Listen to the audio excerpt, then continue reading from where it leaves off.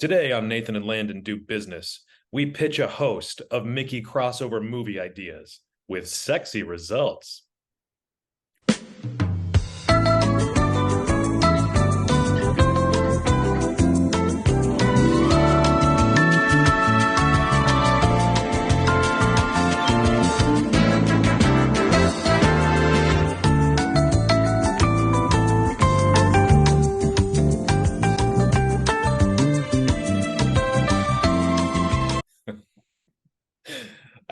I I just stole that from The Simpsons.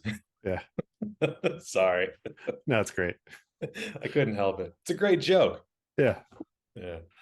So Nathan, how you feeling? But before you answer that question, I'm going to introduce us because many people might not know that your name is in fact Nathan of Nathan and Landon Do Business. The very Nathan and same. Landon, yes. Nathan and Landon Do Business, the preeminent business podcast on the internet that has at least 20 fans that watch with some degree of frequency. And we're here solving the most pressing business problems of America, nay, I say the world. I am Landon. And with me, as always, is wild Bronco Buster Nathan. I love busting Broncos and brokering business. Beautifully done. Yeah. So it begs the question: when you were busting Broncos, is it to like tame them or is it to like arrest them? Oh, resting. There's the outlaw Broncos I was after. Get all those Broncos in the clink for dealing drugs, selling drugs to our kids. We can't have that in our neighborhood here. Get out of here, Broncos. Yeah. So yeah, well done cleaning up our streets from those filthy Broncos. Yeah. That sounded not literally though. It sounds kind of racist the way I said that. Like Bronco was some kind of a slur. I was picturing like you ever go to the parades and they have like the horses and there's a guy walking behind with a shovel and a sad look on his face. Yeah, that guy's cleaning the streets up with the Broncos, but I'm not interested in that. No, well, I just want to arrest them. Yeah. So Nathan, I got some really interesting news for you. Phenomenally interesting news. You know, beyond just the common dreariness out there in the world today with your war and famine and whatnot, I've been teaming up with Derek, and I've come up with some, dare I say, summer blockbuster film treatments. I'm very excited. Yeah. I have a similar treatment, also assisted by Derek. Nice. I went a little bit out of control, and I made 3 treatments. I only made the one. I made 3. So I'm curious to see what you think. Because I'm not sure if I want to do all 3. Just like it might be we start with one, and then depending on how well the meeting goes, we just pitch all 4 of the ones we've made. Or maybe we just settle on one that we send to an executive. Either way, you know, I don't want to overthink it. We set up the shared universe of our no longer trademark infringing works. The public domain-iverse, as I'm calling it. Yeah. Yeah, exactly. Let's get into it. Let's get the public pumped up and excited about our public domain-iverse. Would you? This is your domain, people. Yeah, we're doing this for you. You own this. It's yours. Let us make money off of your collective ownership of these entities. The public domain is yours. That's my bane. Do you feel like you're in the public domain? Oh, speaking of which, okay, I'm going to show you my stuff. Is that okay? Please do. So we're going to start here on this one, Nathan. This is an AI generated. I also use Derek to make the name of each film idea. This is Mickey's Melancholy Monster Mayhem, the reasons of which will become obvious here in a minute. And no, your eyes don't deceive you. That's Dwayne "The Rock" Johnson as Frankenstein, and a very visibly distorted Mickey there with his nose appears to be malformed, standing in front of the Magic Kingdom. He wouldn't be a monster if he didn't have a malformed nose. So. Exactly. Yeah. But this took a little bit of a dark turn. So just to give you a sense of how I set these up, I set it up. I asked Derek to make these treatments in a very specific structure. So in the first act, I asked for some kind of calamity to befall Mickey. The second act, everything kind of goes off the rails through a series of unfortunate events. And then in the third act, through surprising twists and turns, they make everything right, and they learn a lesson along the way. Those are kind of the 3 beats I'm going for. So here in the first act of Mickey's Melancholy Monster Mayhem, tragedy strikes when Minnie Mouse dies. So there you see at the top, Mickey Mouse is at her grave, mourning her. Very sad. Yeah.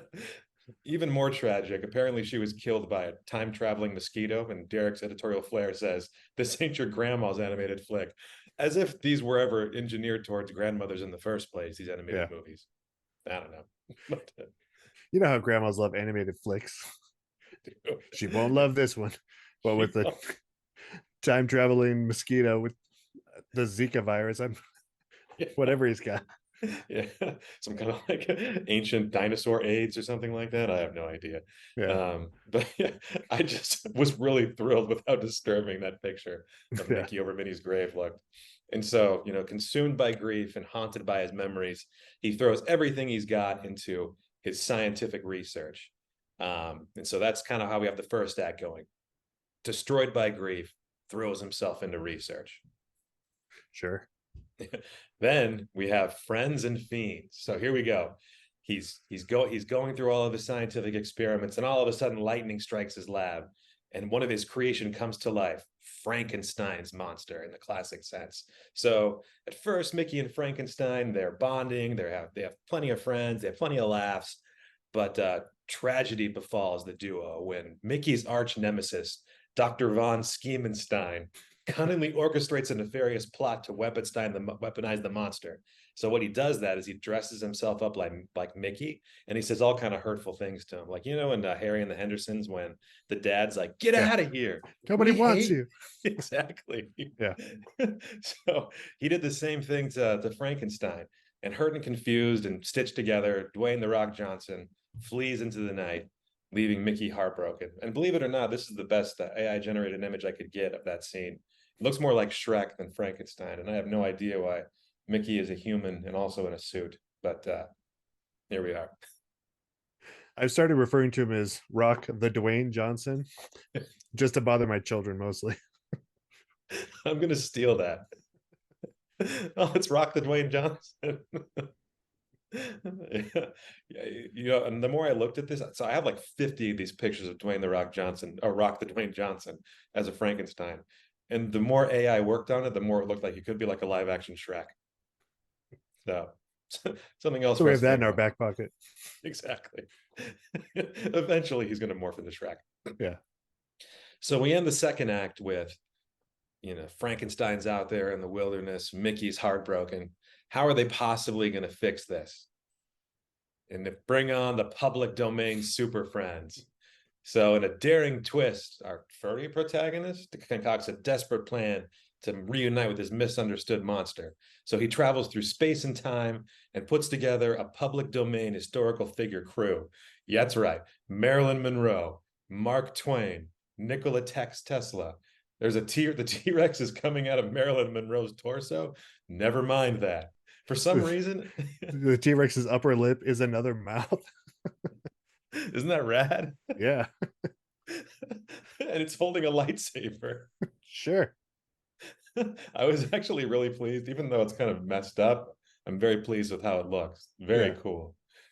And so together they travel across time and space to defeat Dr. Von Schiemenstein, save Mickey. And then you can see back there, we got this lovely picture of Mickey, Mark Twain, and kind of an aging Marilyn Monroe all embracing there because they're so happy. I couldn't get Tesla in there. It limited me at 3 people in there. But I'm still happy with how it turned out. So that's the first one. How's this feeling, Nathan? Well, I'm glad that Marilyn Monroe survived the chest bursting alien of a T-Rex with a lightsaber. Seems to be doing fine at the end. Yeah, yeah. The whole thing aged her like 50 years, but other Yeah. than that, she's doing great. It'll do Yeah. that, but Just think about how much cooler the movie Alien would be if the monster burst out of the torso with a sword, a laser sword. yeah. Very cool. Yeah, so that's Frankenstein. Let's see. The next one I got for you here is Mickey Mouse and the Mysterious Pizza Conspirators. So this is my Sherlock Holmes investigation. Look how broad-shouldered Mickey looks right there. Yeah. Your AI image generator is better than mine. Mine came out much more disturbing. Well, this one is the best I could get. I was kind of upset at how the handle of the magnifying glass curves in his hand. That kind of threw me off, but and also his broad shoulderedness. It looks like an actual dude, but Yeah, here we go. You ready for this? Okay. So here's Mickey and Sherlock Holmes on a date. sure. So apparently in this universe, there was a Mickey Mouse and Sherlock Holmes caught themselves in a pizza themed mix up where they thought they were showing up for a blind date, but they stumbled upon a secret pizza den instead. We're talking about a series of phone mishaps, mistaken orders, and a case of mistaken identity. But despite all this, they got together and they discovered they both have a passion for the very obscure conspiracy theory, the pizza Illuminati. It's a beautiful picture. The pizza opening up a portal into another Yeah, dimension. But wait, it gets more disturbing. So they go down the pizza hole. So fueled by their mutual love for this conspiracy theory, they embark on a wild journey to uncover clues, solve mysteries, and dive deeper and deeper into this cheesy, gooey, mozzarella-fueled underworld. So as they're getting closer and closer, finding symbolism, Sherlock goes to an opium den, consumes too much, says some hurtful things to Mickey, who sends him out into the streets in distress, sobbing because his best friend has hurt him so. But as he's out there going on the streets, he is taken captive by the leader of the pizza Illuminati, oh none no. other than than Pizzarella, a mysterious figure who's been playing with them in the shadows. And I tried to get a picture of Mickey being snatched off the streets and thrown into a van. This is the best I could get. I guess it was too disturbing for AI to imagine being yanked by the collar Yeah, into the side door of a van. didn't like that. In any case, he's thrilled to be there. All right. So how are they possibly going to get out of this mess, Nathan? I'll tell you how. The pizza pals triumph. So Sherlock snaps out of his opium days and he realizes Mickey is gone. So he puts together the pizza flavored dream team. We're talking Cleopatra, Leonardo da Vinci, Julius Caesar, and Marie Antoinette, apparently. They're all the. So I told AI to make it look like an Instagram picture. So that's what it came back. And so, armed by their creativity and wit and an insatiable craving for vengeance and pizza, they embark on a globe-trotting adventure where they have all kinds of nonsense and garbage, and somehow they're able to free Mickey, and Mickey burns down the pizza Illuminati. So they brought it all down, and here's Mickey standing on a pizza with flames in the background of all the arson he's caused. So yeah, that's this one doesn't have too much going for it, but I like No, it. the Facebook moms will love it. They will. The pizza Illuminati is real. It's not just one pizza place; it's legion pizza places. Yeah. And then the final shot of Mickey standing on a giant pizza in triumph. I think that really, I mean, Yeah, that's your Oscar shot right there. exactly. You play that scene from the end of the Matrix, that Rage Against the Machine song. Yeah. Go in it now. And as he stomps ruefully on that pizza. Yeah, we got something here. This is great. But I got one more for you. Are you ready? Bring it on. Mickey Mouse and the Shadows Within. This is legitimately disturbing. I love how old timey it looks. Yeah.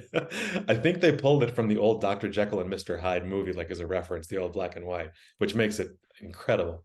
This one's my favorite one, I'm not going to lie. So here we are. Mickey gets fired. So Mickey was once a respected medical research, and he got fired from his job because he was trying to use a groundbreaking experiment to create miniature sentient Mickey Mouse figurines, but he neglected to obtain the proper consent from the actual mice, causing an uproar amongst mouse rights activists. And so he was furious. You can see him like causing a big scene as he leaves the lab there, lighting a fire. And he said, "You know what I'm going to do? I'm not going to take this sitting down. I'm going to proceed with my research and try my serum on myself." But it comes with a dark side result. It unleashes his darkest desires within, as you can see right there, as he's about to take that Looks like beard oil, but I don't know. His darkest desire is to grow a third ear. Exactly. Here's the funny thing. Anytime I put into AI that I wanted Mickey being transformed into a dark creature, it was either like a third arm or a third ear. I couldn't get away from it. It wouldn't stop doing that. So here we are. All right. So what happens next? Mickey goes on a rampage in downtown Disney. So as you can see here, there's a pic shot of him running down Disney, flames and explosions bursting from behind him.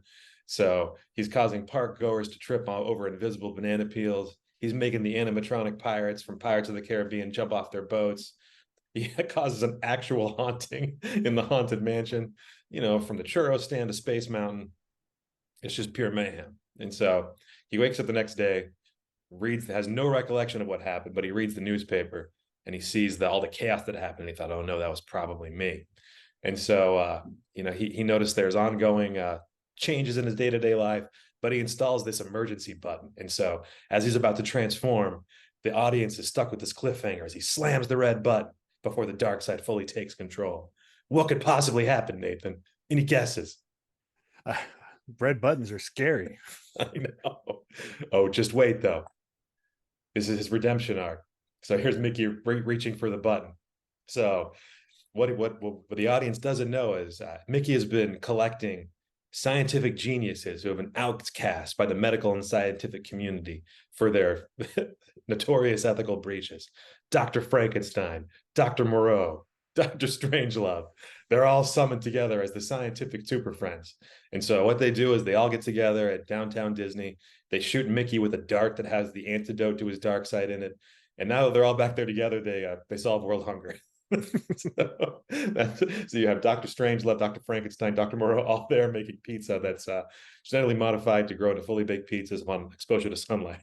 So they did. I like that it comes back to pizza. Exactly. Me too. Yeah.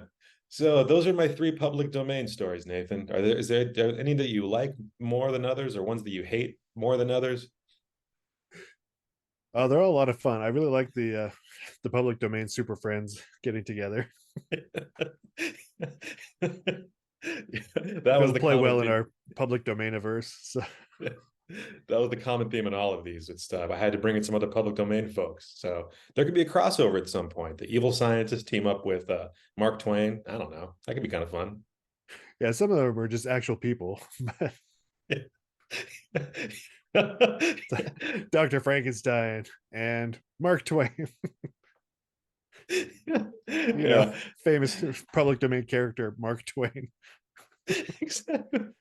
Well, in fairness to the AI, I gave it the option to either pick public domain figures or actual historical figures. So it was a dealer's choice at that point. But I just love the idea of Mark Twain and Nikola Tesla riding on a robotic T-Rex. I thought that'd be pretty nice. Absolutely. We got a lot to work with here, though, I feel like.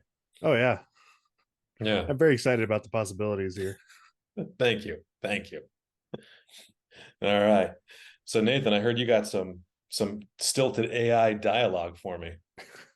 I did. I let Derek go a little crazy.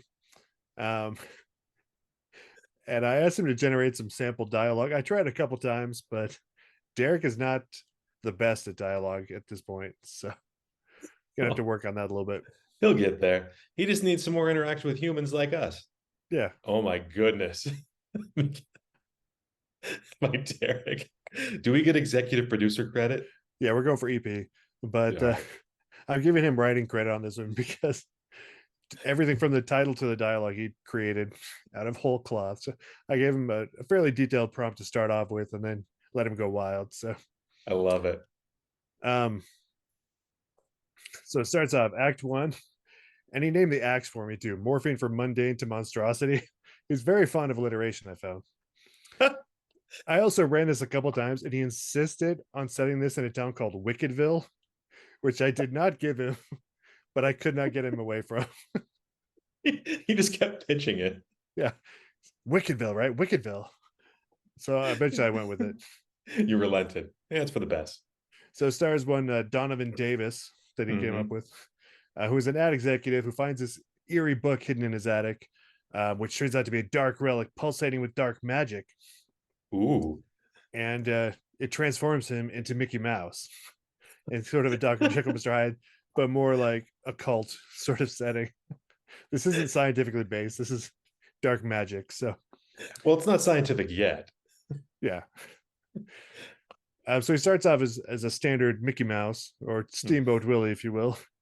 But the transformation goes worse and turns him into a nightmarish, bloodthirsty version of Mickey Mouse with gleaming fangs and menacing claws, dripping with gory delight. Wow. This is rad. Yeah. So it goes kind of into more of a horror, like slasher sort of genre. Yeah, that's some eldritch terror that I'm seeing right there. Yeah. So this is the sample dialogue came up with. Oh, great. Turns out the ancient spell book I found in my attic wasn't filled with convenient pizza delivery coupons after all. I like And I asked him to that. take another pass at it. And he comes back with a gas. Well, what do you know? Turns out my midlife crisis decided to take a twisted detour through the depths of Disney hell. You gotta love irony. Donovan is sarcastic. Yeah. So, I like that Deadpool humor. It's a little edgy. The 14-year-olds are going to love it. yeah. Yeah. And it's a fairly disturbing image it came up with there for the book transforming him into Oh, I like an it. evil version of Mickey. What's the name of that book? It's the Necronomicon. Whatever. Yeah, Necromonica. It's like the Disney version of this. I love it. Yeah. It's perfect. Your Evil Dead fans of the world are going to love this. Sure. So in Act 2, he goes on a rampage and uses slapstick inspired pranks and darkly comedic mishaps. Panic ensues. And lots of Mickey going nuts. This is the slasher part that we're really bringing the youth demographic we're shooting for. So, Oh yeah, gory pranks. a grotesque ballet of carnage, as Derek put it. Yeah, gory prank channels are my least favorite TikTok channels. I just hate that stuff. Yeah, it's no good. Someone's just going to get hurt. But you see, he can't go on like this forever, and that in turn summons Sherlock Holmes. Yes, played by the unhinged virtuoso Nicolas Cage. Yes, that is Derek's description there. Unhinged virtuoso. Yeah, Mickey's looking kind of thick there. Mickey's got some dumpers. Yeah.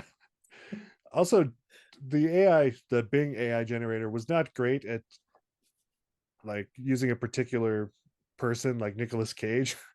So despite being fed the prompt multiple times to get Nicolas Cage, it comes up with things like this person. It's clearly not Nicolas Cage. So looks like Cyrano.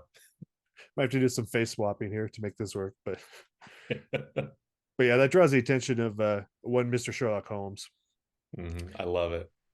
And the sample dialogue comes up with Holmes maniacally both times, or manically. By Jove, Watson, it appears we've stumbled upon a deranged homage to Disney on crack. Brace yourselves for the wildest ride of our godforsaken lives. Our godforsaken lives. That was pretty good. God's been forsaking us this entire time. I just knew it. Yeah. And I'm assuming Watson is involved. He never ended up in the pictures. I think there might be one picture with Watson, but dear boy, it seems we've stumbled upon a batshit crazy tribute to Disney gone awry.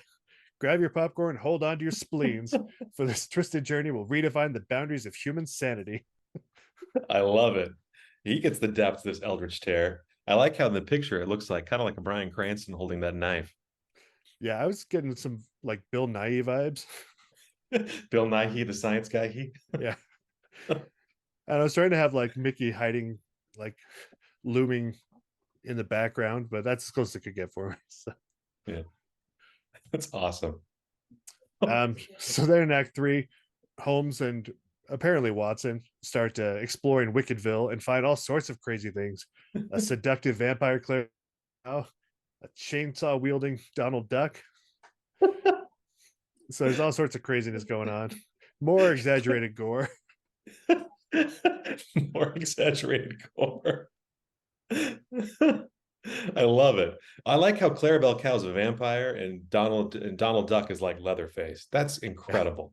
I don't know how it came up with that one, but yeah. I also tried to generate some images of that, and apparently does not know who Clarabelle Cow is. And this is what it Oh, thought Donald Duck looked like, was a small yellow rubber duck. So it works out. Yeah. So here's I forgot to tell you this. I was having a hard time with one of my prompts because I was trying to get that picture of Cleopatra, um, all this historical figures, Marie Antoinette, and it yeah. told me it was against Bing's policy. And it took me like trial and error 5 times to figure out that it was Julius Caesar that they did that was triggering it, and I have no idea why. Um, anyways, yeah, there it has some weirdness there Microsoft got some beef with Julius Caesar. with the Romans. Look into that. Make a note for later. Yeah, that just goes to show you that time travel already exists. Yeah. Yeah. So eventually Sherlock does find Mickey, and they have to team up and form an unlikely duo and start investigating the mystery together. Secretly, though, Mickey is the one behind the whole thing. So I think that's where a lot of the absurdity comes in here. So severed limbs and blood-soaked furs. So the gore continues. It went very heavy into the slasher territory. Yeah. Mickey murdering people within earshot of Sherlock Holmes. I'm like, oh no, what do we Oh have here? gosh. Another murder. Golly, it happened again. So some sample dialogue here.